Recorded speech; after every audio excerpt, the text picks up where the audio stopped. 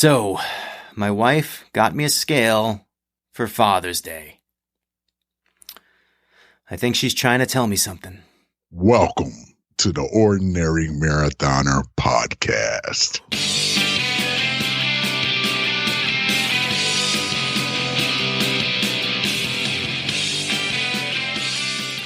Hello and welcome to the Ordinary Marathoner Podcast. My name is Coach Scott. I'll be your host today. Yes, it's true. It is true. For Father's Day, it was a couple days late because she had ordered it and it got held up a little bit. But Steph got me a scale. She got me a scale. So what is she trying to tell me? What is she trying to say? It's pretty obvious, don't you think? It's time to lose weight. I know I'm making it seem very harsh here, Steph. Steph has actually been listening to the podcast. It's one of the reasons why she got me the scale. She knows that I'm really focused on trying to reach my pinnacle, kind of my athletic pinnacle, my peak, and that a lot of that has to do with losing weight and getting to that optimal weight to race. I've been talking about it a lot the last few podcasts, and I'm just happy that she's listening to the podcast. Thank you, Steph. So she went out and she got me a scale. She knows that I weigh myself every single morning, and she got me one of those scales that kind of gives you more data. It's not just weight, it's weight and sort of that body composition, fat percentage, percentage of lean muscle and percentage of water weight and that kind of thing. But really, it was actually a really great gift, and it's going to help me. It's going to help me achieve the things that I want to achieve. So, as much as it made for a funny, open, and maybe a little harsh, Steph, I'm sorry, but it was a great gift. So thank you, Steph. We're going to be talking a little bit more about weight and diet kind of going forward on today's podcast. The first thing I want to do though, is I wanted to thank Professor Robeson, Dr. Robeson, sorry, no R in that. That's no second R there. Over at Siena College, my alma mater, Dr. Robeson had me come in and talk to his class last Tuesday night. And, we kind of talked about all things ordinary, Team Ordinary, the podcast. We talked about our nonprofit. It was a sort of a business strategic planning class.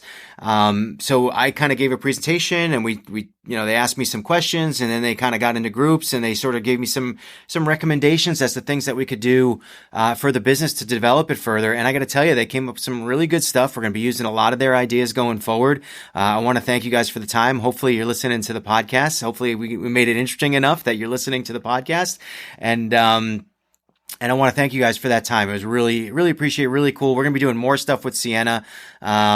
Like I said, my alma mater, going forward, they're going to be doing a whole case study on all the lines, the Team Ordinary and the Ordinary Marathoner lines of business. So thank you guys for your time. I really appreciate it. Just wanted to mention that, right off the bat. Secondly, quick update on training. The ankle is feeling better. Thank you guys so much, for your comments and your feedback, all that stuff. Really cool to see you guys have concern. I love it. But I did put that podcast out last week. It was a little personal one for me. And sometimes when it gets a little extra personal, I get a little bit kind of like, I get a little nervous or stressed. And, so right after I finished that podcast, the first thing that I wanted to do was listen to it to make sure it was coming across the right way. And I did a run. So I did a run. I kind of killed two birds with one stone there. I listened to the podcast, did a run. Was happy with the way it came out.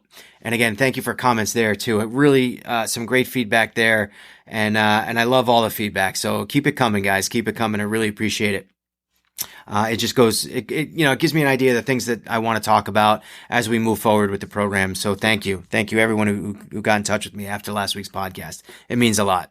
So like I said, the ankle's getting better. I ran, Tuesday. I ran again Friday. Friday was like we were away from home. We were visiting Steph's sister, and down in New Jersey, I got a chance to be on the path in New Jersey that's across the street across the river from Manhattan. So a great view of the Manhattan skyline. It's pretty cool to I did a long walk run, I guess. I walked about 4 miles south of where we were, a little bit more than 4 miles, and then I did a run walk on the way back. You go along with the city. So it's like I'm Midtown now. Oh, I'm Canal Street. Oh, there's Chelsea Piers, and there's that's kind of out of order, I know. But then you pretty much got close to downtown before turning around and coming back. I wound up in Hoboken for a little bit of the old stomping grounds. I didn't live in Hoboken, but I was there plenty back in the day. really great chance to kind of get out and get some air and do some work. I haven't been running as much as I wanted to in the last few training cycles. So getting the running done is really important to me. Got a run done on Sunday. That was just a 3-miler. I had to squeeze one in before we were leaving that day. And then I got a run in yesterday. Late last night, I did 4 miles on the treadmill. So feel good about the run. The running is progressing. It might not be where I want it to be right now. I wish I was I wish I could run a marathon tomorrow, but unfortunately that's really not in the cards. For right now, it's not where I am, but ultimately that's where we're going to be. And we're going to have some announcements probably next week on the podcast about some events that we got coming on. Even before Lake Placid next year. Lake Placid obviously being late July of 2023. I keep saying 13 months, by the way. Now it's less than 13 months. It's like 12 months and 3 weeks away, right? Today's the 28th. So it could still be 3 months. Or 13 months. It might still fall into there, but we'll see. Whatever. It is what it is. Anyway, got a bike ride in on the Zwift, the Team Ordinary Club on Zwift. We did a workout ride. Those Wednesday night challenges will continue moving forward, 8 p.m. Eastern time. If you're on Zwift, join the club. It is open to everyone. Just look up Team Ordinary, join the club. We put the ride in there. We had 4 or 5 people join us. We live stream it, so you'll be on the live stream. Man, I tell you, that was a hell of a workout that we did on Wednesday night. It was designed by a professional cyclist named Matt Heyman, who I cursed out a number of times on the live stream. We made it through the workout, but I will admit that I did have to dial down the intensity at a certain point. It was really, really difficult. I know how it's a good workout when you get off the bike and you kind of mosey upstairs and you take your shirt off and it's just, you could tell it's really heavy and you throw it on the floor and it just makes that sound. Thwop, thwop, just, that's THWOP is the correct spelling of thwop. And if your socks go thwop, then you know that you had a really good workout. But the shirt, man, that's the first sign. Thwop. If it makes that noise, you're like, that was a good one today. That was a good one. It definitely was a good one. Definitely had a thwop workout, on Wednesday night for sure. It was difficult. Did the trivia ride on Thursday as well. That was live streamed. I haven't been on the bike in a while. I got a new trainer. On Father's Day, Saris was having a great deal, on trainers, the H3. It is a direct drive trainer. I got it. It just came in. I'm putting it together. I'm dealing with some technical things. I am not a great technician. And it's going to take me probably a week to at least a week to set that thing up and get it where I want it to be. I'm going to be going down to the bike store. I want to get a new cassette. I'm probably going to get a special cassette for the bike itself, for the trainer itself. So I don't have to kind of take the cassette off and put it on and take it off and put it on and move it back and forth. It just seems like way too much for me. Way too much for me.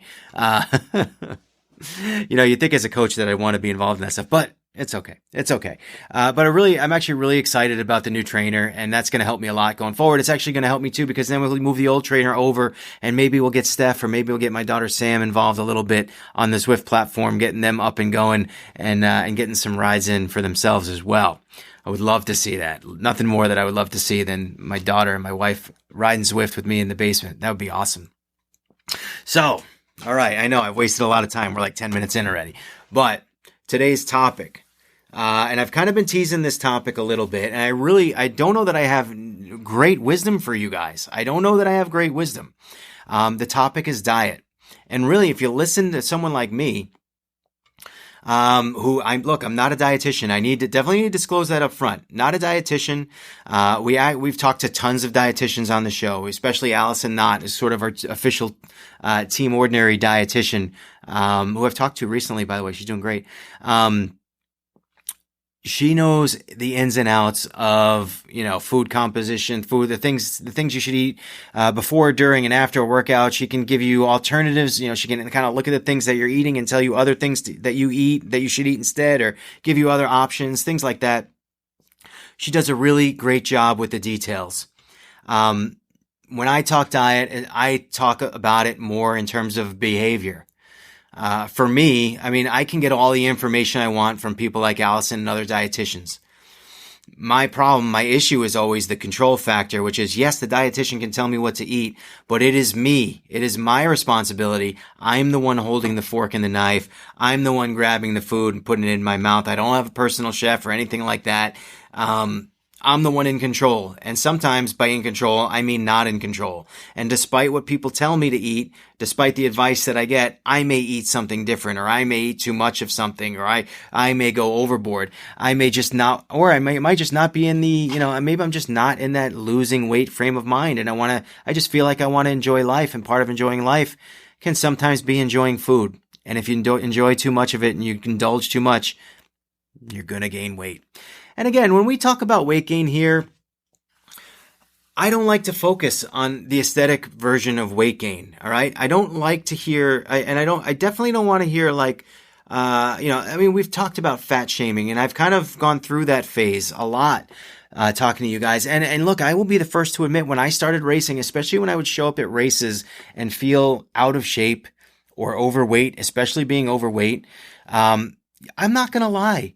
It would make me feel better to scope out people that looked like me or even heavier than me and say, hey, if that guy's here or if that person's here and I'm here, then then I feel more comfortable. I felt like I was more at home. I was at ease, that I was racing. And you know what? Over the course of time and experience, you learn. And I don't know what those preconceived notions are in your head that make it seem like overweight people may not be able to race. But I can't tell you how many people I've seen be overweight and go out there and crush races. And yes, and I guess let's bring it back full circle here, is that what I'm talking about is optimal weight. And for me, I can't say that I've given my best if that best doesn't include proper behavior at the table, proper behavior when it comes to diet and being in the best possible shape I can to take that starting line. And honestly, when I look back at my endurance career and my endurance career record, I feel like I have never been in optimal shape. When I say optimal, I'm not saying like 10, 15 pounds here or there. No, I'm talking about like the best possible shape that I can be in, right? And I might do enough training. I've done sort of 15-hour week training sessions leading up to Ironman races for months and months, 15 hours a week, right? Probably up to 20 hours a week. I've done that before. And I've still not gotten to my optimal weight. I have gone through phases of training where I have averaged over 1,000 calories of burn on doing exercise, but not paying attention to diet. I still gain weight. All right. So I get it from every angle. One of the things that I hear, and a thing that I don't really disagree with, is I hear people say weight loss is 80% diet and 20% exercise. And I don't like hearing that. And I'll tell you the reason why. Is I feel like we're all individuals. And when it comes to diet, and when it comes to weight gain, weight loss, we're all individuals. We're all unique. We all have different behaviors. We all have different things we can control. Some we can control and some that we can't control. We have different outlooks. We have different goals. And if your goal is aesthetic, I have no problem with that. Personally, I have no problem with that if that's your goal. I'm just saying that if your goal is not aesthetic, I have no problem with that either. Right? My goal is training. My goal is to be faster. My brain says, I've done Lake Placid. I've ridden that course multiple times. And I'd be interested. I'd be interested right now to know, and I'm drawing a comparison here that I have no data to back up. I have the data, but I don't know if I believe it will back this up. When I was doing Lake Placid in 2017, I weighed 200 pounds. It was not my best bike fitness. I wasn't at my height of my bike strength. My FTP was probably right around 200 watts. And I would say, my guess is that bike ride was faster than my ride in 2019, which I did at about 223 pounds at an FTP of like 235. So that's just I'm interested to see. I'm actually going to have to look that up. Maybe I'll write that. I'll put that in the podcast here if that's true. But I do think that I had a stronger bike ride in 2017 than 2019. Even though I was a much stronger cyclist in 2019, and the reason being weight. And look, if that's the case, then man, imagine if I'm that much faster at 200 pounds than I was, at 223, even though I was a stronger cyclist at 223. Imagine if I was 180, right? When it comes to things like biking, when it comes to things, especially things like swimming, right? You have to you have to stay in that hydrodynamic position, right? You can't let those legs drop. You can't let that waist drop. And it's easier for that core strength to kind of get involved and hold that position, if you weigh less. Not only that, but if you maintain the strength of your shoulders, your arms, your pull through the swim stroke, and you're pulling less weight, you're going to go faster. It's just a natural kind of thing, right? It's just math. You're going to go faster. So for me, it's always like a performance thing, but I hate hearing that 80-20 because it's so individualistic. For someone like me, I know it's diet. I know it's focused on diet because I know for me, it takes effort to do that diet, right? It takes effort to pay attention to my food intake and to make sure that I'm doing things the right way so that I can lose weight, to maintain that calorie deficit so that I lose weight. It takes effort. If left to my own devices, I will just graze and eat everything. For others, and the example I always give is my friend Ed Burns, where the guy used to run about 20 miles a day. And when I asked him, why do you run so much? He said it wasn't for racing. He didn't even race. It was so that he could eat as much ice cream as he wanted and remain skinny. And he was skinny as hell, and he ate all the ice cream that he wanted. But the guy ran 20, he also got injured eventually. So, so much for that, but not exactly the great plan. But again, when it comes to diet, exercise, his plan was 80% exercise, 20% diet, and it still worked. So you can't kind of use that phrase, it's impossible you'll never outrun a bad diet. You can't really use that phrase. It's possible. It's just not advisable, right? It's not advisable to run 20 miles a day just so you can eat the ice cream. You could probably, finagle with those numbers and work something in as long as you're paying attention to your body and being a little bit safer, but not impossible for sure. So I just don't like that phrase, that 80% diet, 20% exercise. For everyone is just a little bit different. We're all unique. And when you think about that, I mean, for me, whenever I think about the uniqueness of individuals, I go back to kind of like genetics. That always makes me, because that's always the crutch. It was always kind of my crutch. My grandfather was always heavy. He died of a heart attack when he was in his mid 50s. I think 50. Maybe he got to 60. But it was funny. I was talking to my father, and I said, I'm nervous about my heart condition. Especially when I used to weigh 280 pounds and I was on blood pressure medication. I said, my grandfather died of a heart attack. And he said, your grandfather used to sit on the chair every night and eat an entire half-gallon box of ice cream. In my brain, I kind of could circle back, and I remember Grandpa sitting on the chair, hugging the box of ice cream with a spoon. You didn't even put it in a little bowl, just the box, eating the ice cream. Always Neapolitan, too. Vanilla, chocolate, strawberry. It's a pretty good choice. Solid choice. Always that flavor. But those are the consequences, right? Unfortunately. So I can't eat everything I want. Goes back to behavior. But, so anyway, sorry, I'm trying to get back to the topic that I want to talk about, which was genetics. So for me, I thought about the genetics, but then it goes back to the behavior in that sense. And yes, we do I do believe that, look, I'm not shying away or saying that genetics isn't a thing. We also all have that friend that eats all the food that they want and never seems to gain weight, right? We hate those people. I have a couple of those, but, there's other factors at play. Certainly genetics is a factor, right? I'm not saying but I do want to, but it's a unique factor, I guess is the point that I'm making. It is unique to the individual. Your genetics are unique to you. So you might, you have that base metabolic rate every day, that rate of the rate of calories that you burn just by doing nothing.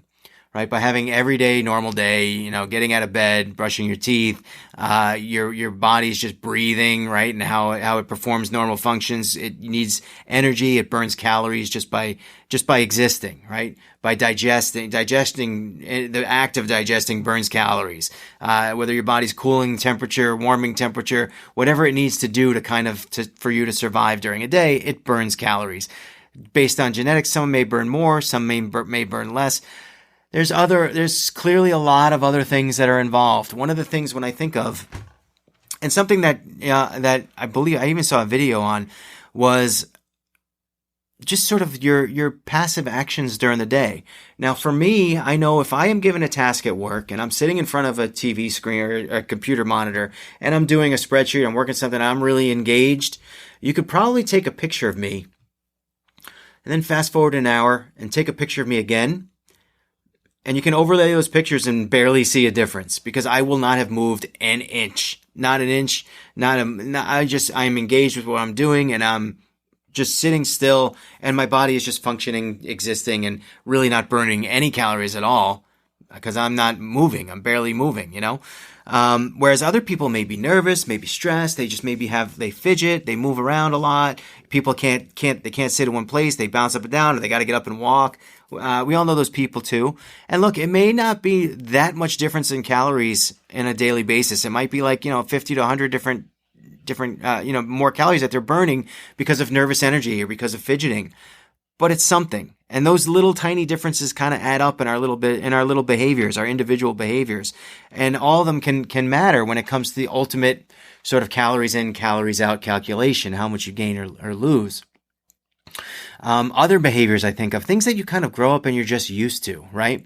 I went to a barbecue on Sunday and I thought of this one, which was in days past, years past, when I wasn't focused on diet. You go to a barbecue and, what's the question?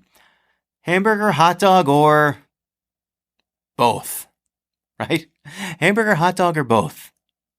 And almost seemed impolite not to say both. They were almost expecting you to say both.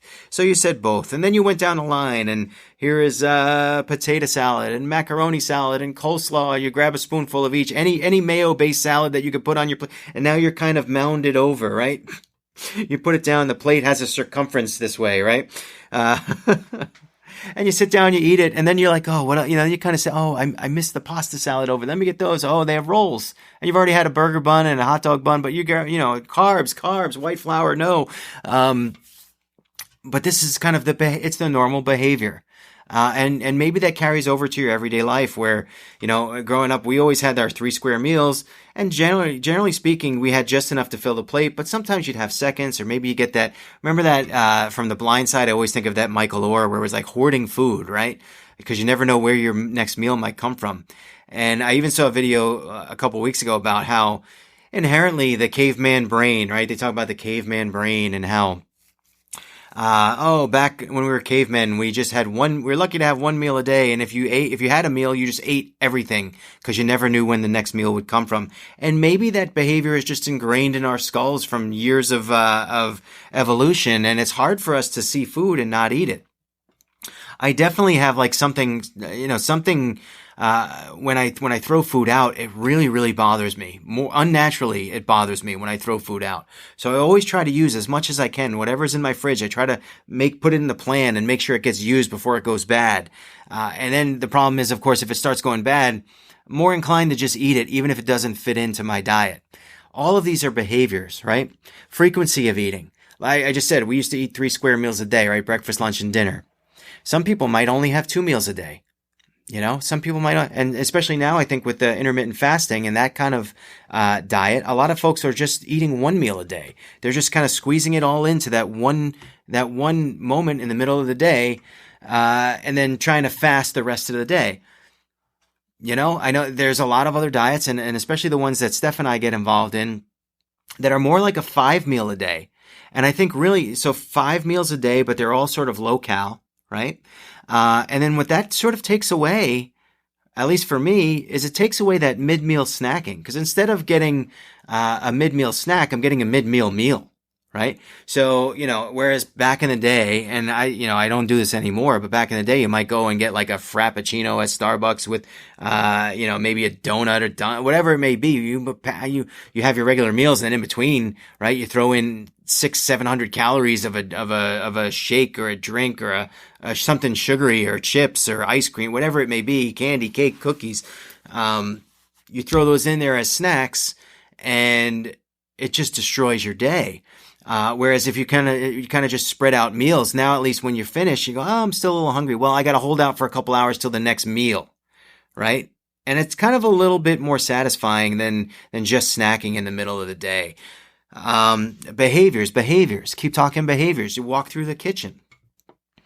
When I'm not on my game, I can't say no. Right. And I do a lot of walking around my house especially now, I'm always kind of thinking of what do I need to do? What do I got to do? I go from the office to the living room, to the kitchen, to cook, whatever. And if there's an open bag of chips back in the day, you go in, right? You go in, you take the chip. I'll give you an example. I'll give you an example of the difference. Well, I mean, you guys know about the sea salt chocolates if you've been listening to the show. Bought the whole jar of sea salt chocolates at Costco thinking, all right, I'll just sneak one every once in a while. And I finished the whole jar in like 2 days. Thousands. like thousands of calories. And then you feel like, cause you're taking like a little bit, you're taking two or whatever. I probably was taking two or three at a time. You feel like, like you're doing okay. But in the end, you're like, wow, I had probably like 15 of these over the course of the day. And let me look, that was, 1,700 calories. Or something insanely, that you think you're kind of just picking one at a time, but you're not. You're doing a lot. Now, on the flip side, there's an effective way to do it. I actually did. I put the effective way into action yesterday, which was we got home, and my mother-in-law had bought these. You might have heard of these. The pretzels. They're like little pretzel pillows with peanut butter on the inside. We'll call them pretzel peanut butter pillows. You know what I'm talking about, Tisha. I know, Tishan. You know what I'm talking about. You know what I'm talking about. Anyway, so the jar is sitting there. Now, normally I would just go in with the claw. The claw comes out. It's like the claw from the arcade when the claw picks up the stuffed animal and then it falls out at the last second. So I go into the pretzels with the claw and you grab a whole handful. Right? And then you sit down and you don't even sit down. You just you shove them down your throat. And then you go back again and you do the claw again and you do it. Now, I looked at the side of the container before I touched it. And I definitely, reading the labels is important. And I was surprised. It said for 10 pretzel peanut butter pillows, 130 calories. Not bad. Not bad. Now I can stay within the 10 number, and 130 calories, not bad. I felt confident that I could stay within the 10 number, but I wanted to taste really bad. And so I just took two pillows, and I walked away, and I ate them. And magically, they were actually satisfying. When you allow yourself to just enjoy the taste and think about it and not feel guilty and not be like, it was shockingly satisfying. And about an hour later, I went and I got two more. And maybe a couple hours later, I went back and I got two more. All day, I ate 6 pillows. They were yummy. They were satisfying. I'm just in this behavior mode right now where I was gleaning satisfaction from just 2 of them. Whereas in the past, I may not have done that. I would have said the only thing that's going to satisfy me is the claw full of pretzel peanut butter pillows. And so, overall, it's just frame of mind. It's frame of mind and it's behavior for me. Like I said, if left to my own devices, I will lean towards enjoyment of life and take advantage of the things that are in front of my face that I glean satisfaction from. Unfortunately, that I've spent a lot of my life in that frame of mind, in that moment where I enjoy the food too much and it's hard for me to say no, and I just can't do it. I don't have the goal of losing weight and I don't do it. Now, on the other hand, when my behavior, for some reason, if I could bottle it up, guys, I would. If I could bottle it up, I would. I don't know when or what triggers the frame of mind to pay attention and to care about what goes in my mouth. I don't know what triggers it. But right now I'm in a good zone, right? I have goals. I have things in mind. I have a lot of reasons why I want to reach these goals and achieve these goals. And so in order to do it, I have to control that behavior. And now I've kind of hemmed and hawed about playing this, but it's been going around in our little group. So I'm going to. But I will warn you that there's adult language. And I shouldn't even say that because, everyone's podcast has adult language, but I typically don't have it. So I'm going to warn you. Adult themes. But a guy named Ryan Humiston was watching his podcast. He's a bodybuilder. He's really funny, but he's definitely skews adult side of humor. So if you're kind of like not, and I know that some people that watch the podcast sort of kind of are not, that's not them. That's not their style. So I'm just warning you because I appreciate the audience. So I came across this clip and we've been kind of sharing it. Go ahead. Let's start with the fact that more than likely your diet sucks. All the dicks. So, yeah, you could see there, he's right, though. He's right. And the problem is that I typically know when I'm not eating right? I know when I'm eating, and this kind of goes back to, and I'm going to attribute this properly, because the first time I heard this quote, at least the first time I heard it, that it it stuck to my mind was one day I was riding on Zwift with Matt Shore, and forgive me, Matt, because I'm gonna get this sort of story wrong, but I'm gonna paraphrase it because I want to try to explain it better. My gut was that, or what I recall is that Matt was kind of like either not losing weight or just kind of, I think he was sort of stagnant, and he was telling his coach Ed what he was eating, and Ed's response was, "Well, you're not losing weight because you're eating like a dick." And that's the word. And really, for some reason, that word, when I'm like, man, I'm not a dick. What are you talking about? I'm not, right? It's like a triggering word for me and personally. I don't mean, it's like one of those alpha male things. You don't like to be called names, and you're like, what? It's triggering. It's triggering for me to go, man, I'm not a dick. What are you talking about? So, it's triggering. It's triggering, and so when you think of it that way, it's such a basic philosophy. Just don't eat like a dick. Just don't. Just, don't go in with the hook, right? Don't eat the whole container of ice cream. If you have to, monitor your calories. And, sometimes I say it's hard to do. It's not really that hard to do. It's just like an additional step while you're eating. If you have enough time to eat it, you have enough time to put it in the app, right? So just put it in the app, figure out how many calories you're eating, and give it a shot. Give it a chance. Make sure you put everything in that app. Now, right now, I am at the phase where I'm feeling comfortable. My weight is going down. We're doing pretty well with our diet, so I'm just going to continue to go with it. I'm going to continue to go with what we've been doing because it seems to have been working. In January, I was weighing close to 260 pounds, and now I'm down to 226, and I'm feeling good about that. Eating lots more vegetables, trying to kind of cut down on the snacks and the sugar, cut way, way down.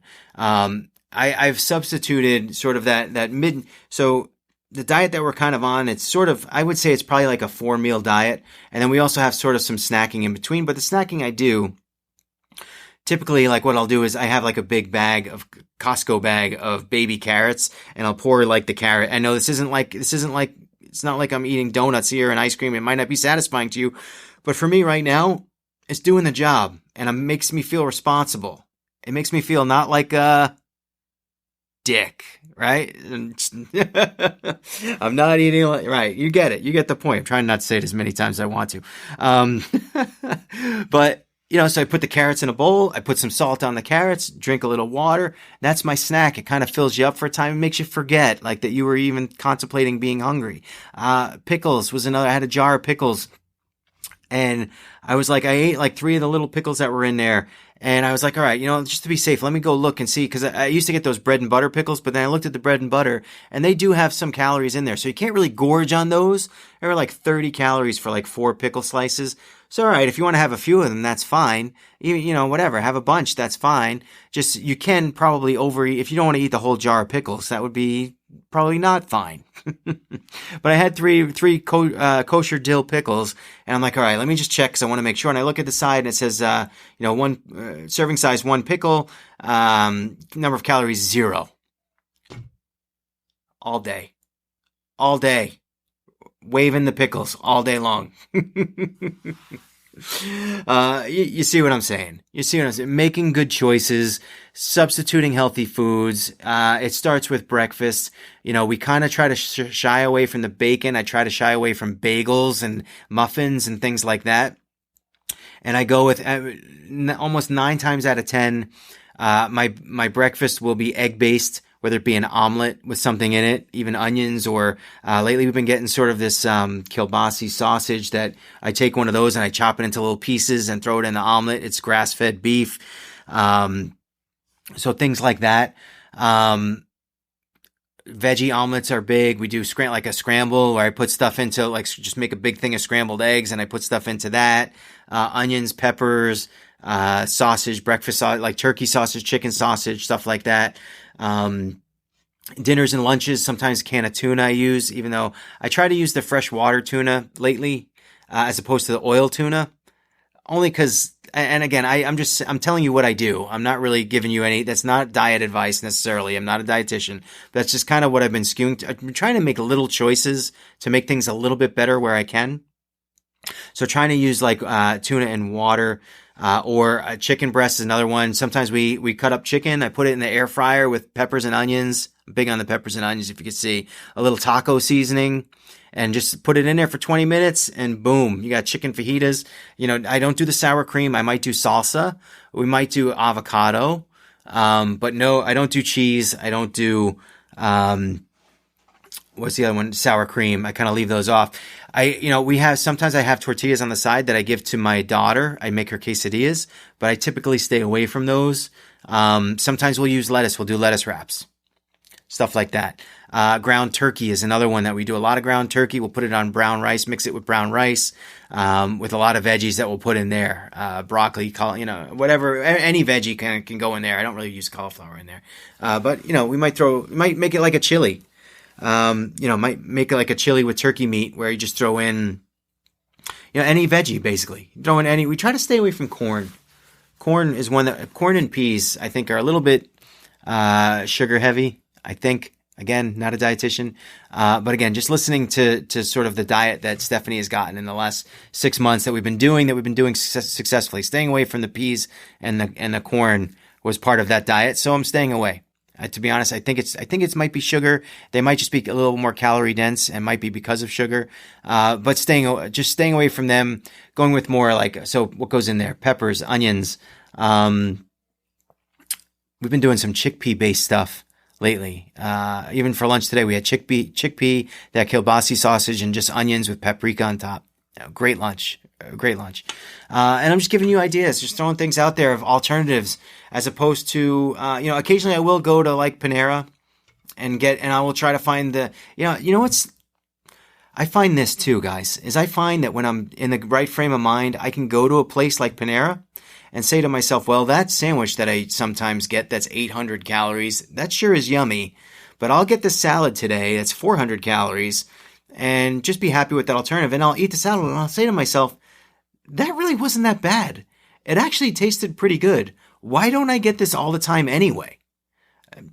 I have thoughts like that sometimes, and maybe it's the frame of mind that I'm in. And maybe just the other times I just really crave that bad food, that the worst option. But, when I'm in that good frame of mind and that weight is going lower, it's behavior. It's behaviors. And honestly, when it comes down to it, and the mantra I'm going to be, and again, I shouldn't shudder when I say this on the podcast, because it's not really bad. Just, hey, Scott, for the next 13 months, don't be a dick.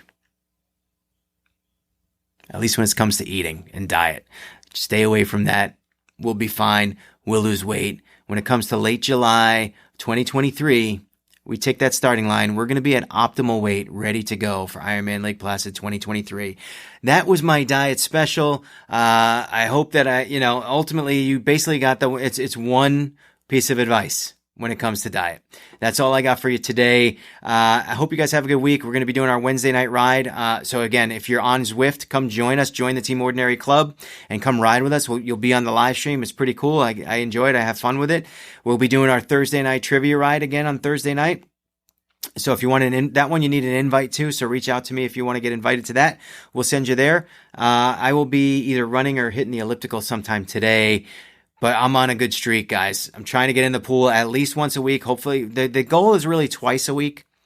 Bonus would be 3, but minimally once a week. Last week I didn't hit the pool. That's one thing I forgot to mention. I wanted to mention because I don't want to leave that stuff out. But getting in the pool tomorrow at 11 o'clock, as long as it's an outdoor pool, so as long as it's not lightning. I haven't checked the weather, so who knows? I'm always pessimistic like that. But anyway, that's all I got for you guys today. Big announcement later this week coming on the Facebook page, so keep an eye out for that. And remember, every day is an ordinary day unless you make it extraordinary. So get after it, guys.